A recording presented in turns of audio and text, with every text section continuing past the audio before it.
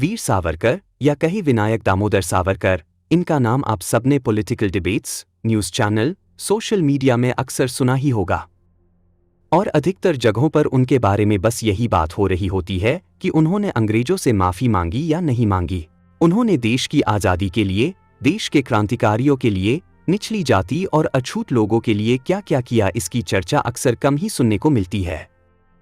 उनके जीवन के अनेकों पहलू थे: वक्ता, वकील, राजनीतिज्ञ, कवि, लेखक, विद्वान, इतिहासकार, नाटककार। ये उनमें से केवल कुछ किरदार है जो इस स्वतंत्रता सेनानी की बहुमुखी प्रतिभा का वर्णन करते हैं।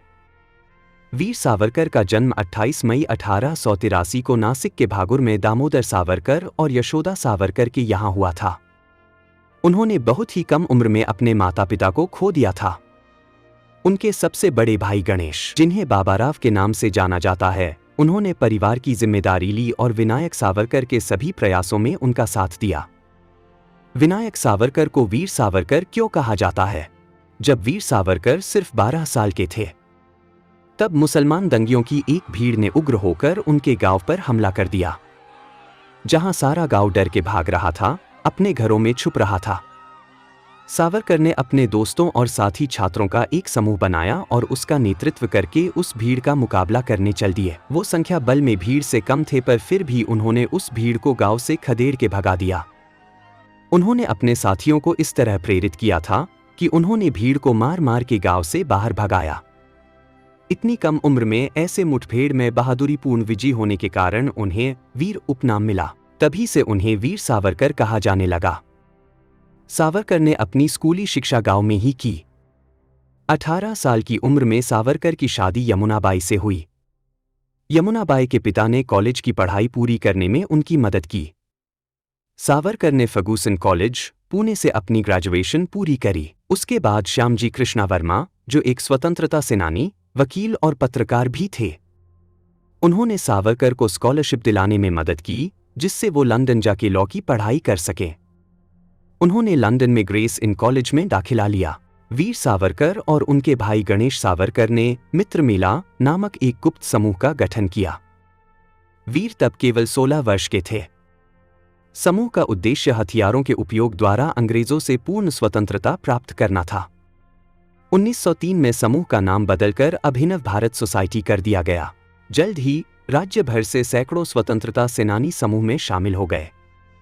इसने पूरे देश में अपनी शाखाएं स्थापित की, जिससे हजारों देशभक्त एक साथ इकट्ठे हुए और उन सबका एक सामान्य उद्देश्य था: भारत की स्वतंत्रता।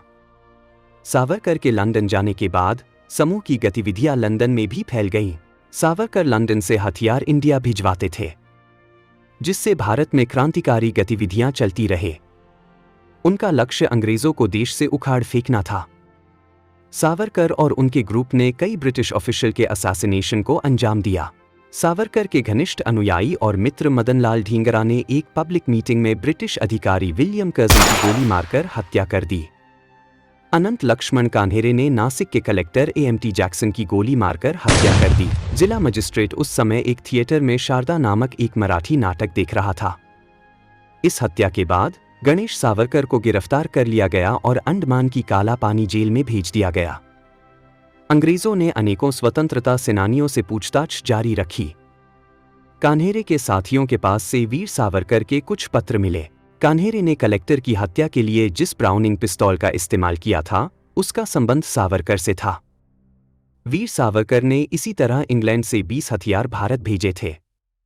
अंग्रेजों ने गिरफ्तारी का टेलीग्राफिक वारंट लंदन भेजा। लोकमान्य तिलक के ब्रिटिश बॉयकॉट क्लोथ्स की घोषणा से प्रेरित होकर अक्टूबर 1905 में सावरकर ने दशहरा के दिन बहुत बड़ी चिता जलाई और अपने सभी विदेशी कपड़े और विदेशी सामान को उसमें जला दिया।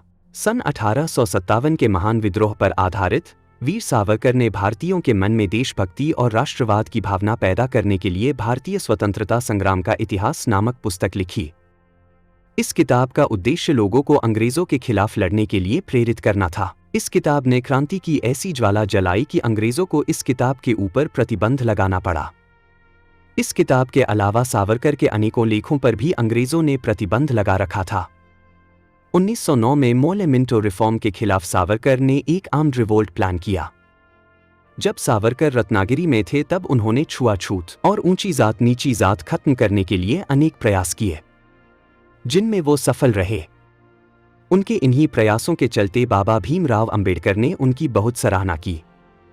13 मार्च 1910 को वीर सावरकर को भारत लाया गया और उन पर ब्रिटिश अधिकारियों की हत्या में शामिल होने का मुकदमा चलाया गया। जुलाई 1911 में उन्हें 50 साल की 2 उम्र कैद की सजा सुनाई गई और अंडमान सेलुलर जेल, जिसे काला पानी भी कहा जाता है, वहां भेज दिया गया। काला पानी में कैदियों को अत्यधिक यातना सहनी पड़ती थी। उनके साथ अनेकों तरह के दुर्व्यवहार किए जाते थे, पर इस कठोर सजा के बीच भी उन्होंने अपनी आज़ादी के पल ढूंढ निकाले। शरीर भले कैद था पर उनका मन उस कैद में भी आज़ाद था। वो जेल की दीवारों पर पत्थर से, नाखूनों से कविताएं लिखते, अपने साथी कैदियों को पढ़ना सिखाते। जेल से निकलने के बाद उन्हें रत्नागिरी में नज़रबंद करके रखा गया। 1937 में सावरकर हिंदू महासभा के प्रेसिडेंट बने। सावरकर अपने आप को एथिस्ट बुलाते थे, पर देश को एक साथ जोड़ने के लिए उन्होंने हिंदुत्व शब्द को आवाज दी और हिंदुत्व आंदोलन का नेतृत्व किया, जिससे देश भर में लोग एक विचारधारा से जुड़ सके। वीर सावरकर ने अपनी किताब एसेंशियल्स ऑफ हिंदुत्व में लिखा है कि हिंदुत्व हर भारतीय चीज का एक समावेशी शब्द है। यह एक शब्द नहीं बल्कि एक इतिहास है, जिसमें भारत की सांस्कृतिक, ऐतिहासिक धरोहर, उसका ज्ञान, धर्म और इस देश से जुड़ी हर चीज आती है।